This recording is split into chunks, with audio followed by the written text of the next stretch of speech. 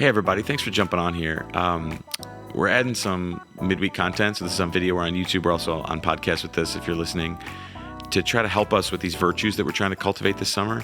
And so what we're trying to do is reach for the fruit of the Spirit. But what we've been learning is that we can't just try to kind of like try not to go the evil direction. We have to cultivate the virtue. That's what gives us power. Mm-hmm. And so today I want to start with the first of the list I just preached about the other day. If you're in church, we're talking about love. And I asked my friend Liza, Guiterrez, who you've maybe met before. She's one of our church's best partners. A lot of the great stuff we're doing in the community came through the friendship that the Lord has given to her and I. And it's what I found is always true. You can have lots of friends everywhere, but there's a special connection when you meet people who have the same faith. Amen. And so we're talking about love. We were just talking about it, and you hesitate to take a compliment, I know, but you're tireless in your service to our community. And the more vulnerable the person is, the more tireless that you get. I imagine that is fueled by something more than just a desire to help. I see it as being a very love-oriented way of being. How did that fire develop in you? I think it's in all of us. It's not just in me. However, I fed it. And it started with my parents, right? They fed it. I was born and raised in a Christian home. And they fed me scripture. And then they fed me their acts. I could see what they were doing. And you don't necessarily have to be born in that type of home to feed that fruit. And it became, at one point, like we all do in those teenage years, and it's, just all about me, the drama of my life. And then you mature, and you realize that you are loved beyond words, and you realize that because he loved us so much, you have enough to give. And so oftentimes I meet people that will say, well, I don't have a talent. Well, I don't do this. I don't have that. We all have something. I mean, Moses had a staff, right? And with that, he led, And so it's using whatever talent you have and turning that into a love for your community. And so for me, it always comes back when people say, what do you do, what you do? It always comes back to, God has done so much for me, Luke. How can I not? My cup runneth over. How can I just keep this to myself? And the more I give, the more it grows.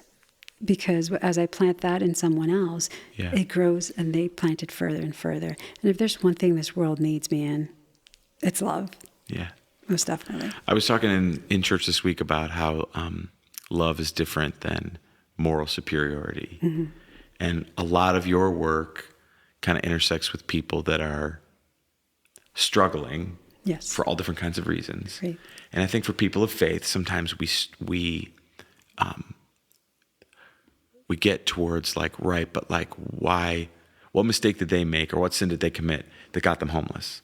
What mistake did they make, or what sin did they commit that got them, as a person who doesn't know the language here in this country, maybe with papers, maybe with not, trying to take a job or whatever? Right. And I feel like the Lord has been taking me on a journey, and you've taught me about learning to see with a different eye.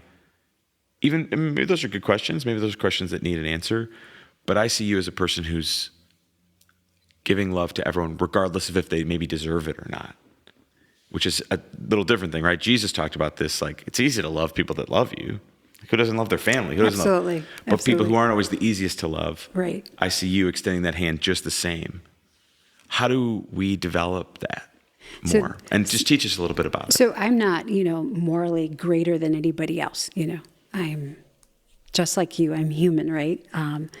I've had cases, Luke, where the person comes in, I kid you not, and I could feel my brain already tingly thinking, this person doesn't need my help. They come in and they're dressed to a T, nails are done, they're driving the latest car out there, and they're coming in because they need my help. Shouldn't they be making a donation instead?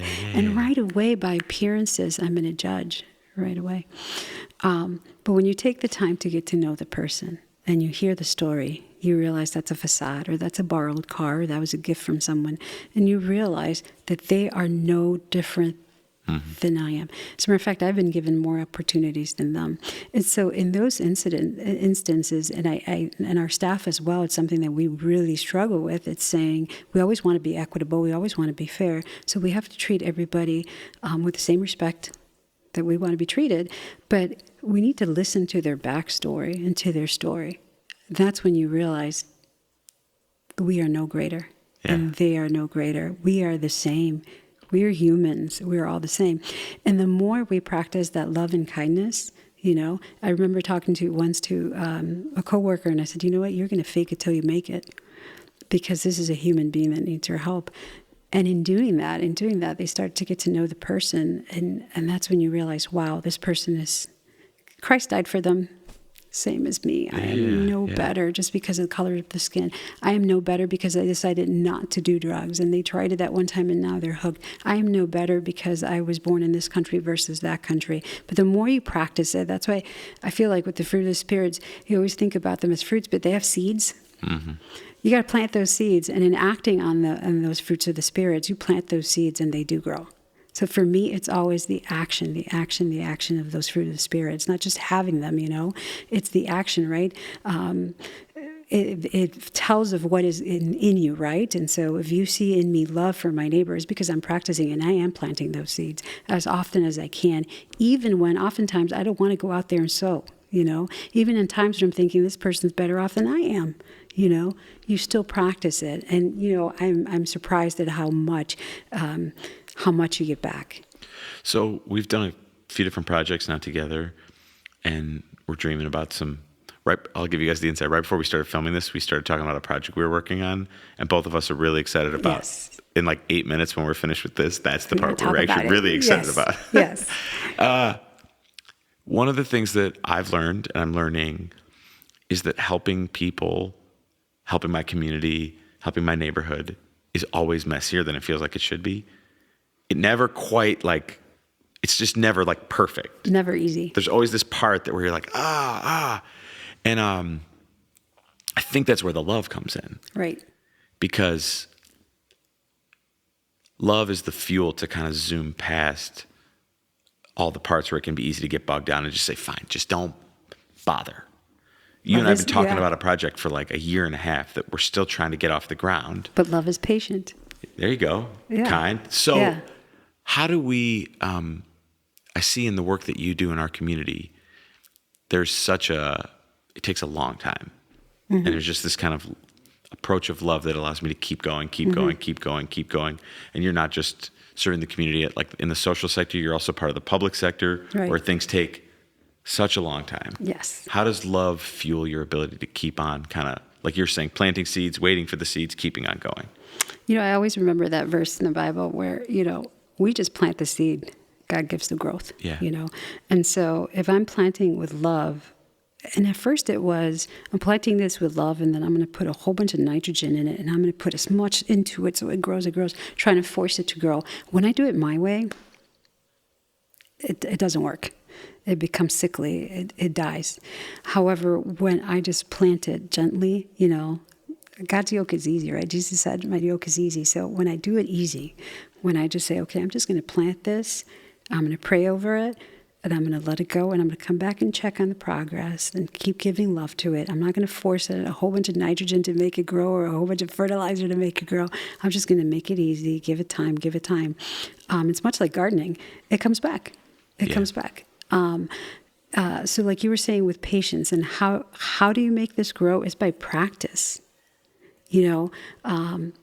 Faith without works is dead, right? So we talk about, as Christians, about the fruits of the Spirit. What are you doing to put those fruits of the Spirit into action? And that's, I love that. We have to put it into action. And so practice it.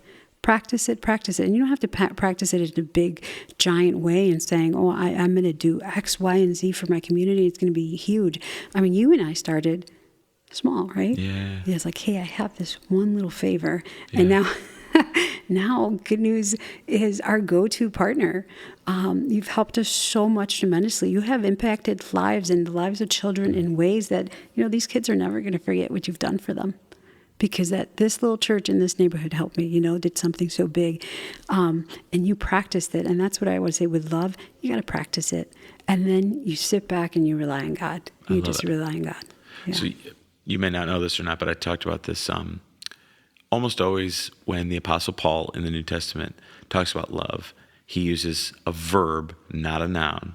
And it's a verb that means show love. Yeah. And so it's not this you've nailed it. It's not this passive feeling that we associate, Valentine's Day, all that or whatever. No.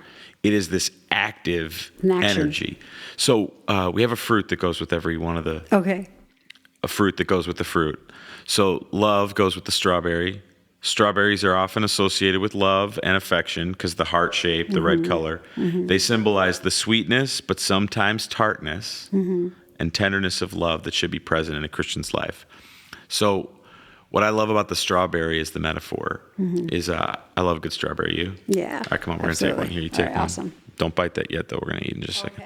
So here's the thing about the strawberry is that sometimes you get the really sweet ones and sometimes you get the really sour ones. Right. And you never know. Never know. Kind of know, usually the darker ones. Yeah. Are a little sweeter, but you never know till you all right, ready? Yeah. 1, ready. 2, 3. Let's hope. Oh, I got a sour one. This is sweet. It did work out. I'm glad we gave our guest the sweet one. This is sweet. But you never know. Right. You never know. And when we're loving each other, helping one another, I have this vivid memory. We did that awesome project back in the fall with the people for our community. We got all those bikes together. Yeah. And that was a crazy night. We're out there, the National Guard is there, and it was dark. It was a really meaningful experience, but I have this vivid memory of this one guy circling around about 3 minutes after we gave him a bike to help him get to work. And circling around being I don't really like this one. He said through a translator, I don't really like this one. Can I have that one? And pointed at another one. And in that moment in your flesh, you want to be just get the bleep out of this place, but that reveals, I feel the pride in us that's I'm better because I'm the giver.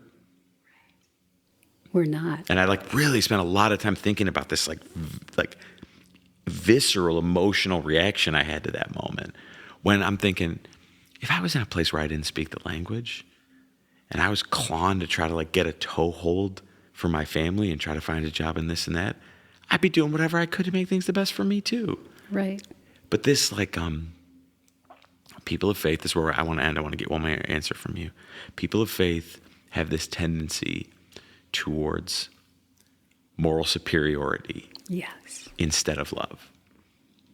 And just as we think about our community, which hides poverty pretty well in a lot of ways. Right. How should we just give us some thought about how we can grow in loving our neighbor as ourselves, even those less fortunate in our community? Right. So we talked about, and you said something very important. We're very good at hiding poverty. We're absolutely wonderful at it. So I remember that when that happened, and I thought, dude, just take the bike and go. Totally right. Do you know how tired I am? I want to go home. Just take this. Just go. But makes me feel a little bit better that I didn't know you too, because we've never talked about it till right now. We did, yeah. You weren't the only one. But silence. I've learned to be silent and be still, and because I get a lot of moments like that. I remember going with people through the whole idea that they need boots, and bringing some of my boots from home, saying these boots don't fit me. I bought them too big. Maybe they fit you. I've worn them twice. And to have someone at the hotel say to me, they're not my color or my style. And I thought, you would rather walk in the snow without boots? Okay. And so I went and angrily bought them a pair of boots. And when I brought them a new pair, the joy that they had and all of that, I was surprised. And it wasn't that they didn't like the color. It was that they were also too big for them. Then they didn't know how to tell me, no, this doesn't fit me. Thank you. No. It's it's just a color. They would rather tell me that the color doesn't than the size. I don't know why that is. But I'm so glad I kept my mouth quiet. zipped it up, and I went and bought a new pair, and they were so joyful, thankful, and they said they don't fit. It's not the right fit, and I'll tell you why. So it ends up this person actually broken their ankle on the route here in Panama. So often for us as Christians, the best thing we can do is swallow our pride, and this is tough. Yeah, it sure is. You ready? Just be quiet. Yeah. And just hand it over to God, and just say, God, I'm struggling with this right now. Like, I really want this guy just to take this bike and get out of my face, right? Because that was pretty rough that day. But just to be silent and say, okay, you want this one? All right. Because let's be honest, they have pride too. Yeah, right. They don't want to look like they're poor. So no, they want the newer bike. Because we hide poverty well in the U.S. And that's exactly what they're doing. That's exactly what they're doing. So just to practice it, sit back and be silent and let God do the rest. Awesome. We've been really helped by this. I hope you've been encouraged like I have. Thank you so much for your time. Thank you. We're thankful for all the great things we got coming in the community. Thanks, right, guys, for awesome. listening, for Excited. watching. This is Good News. We'll see you soon.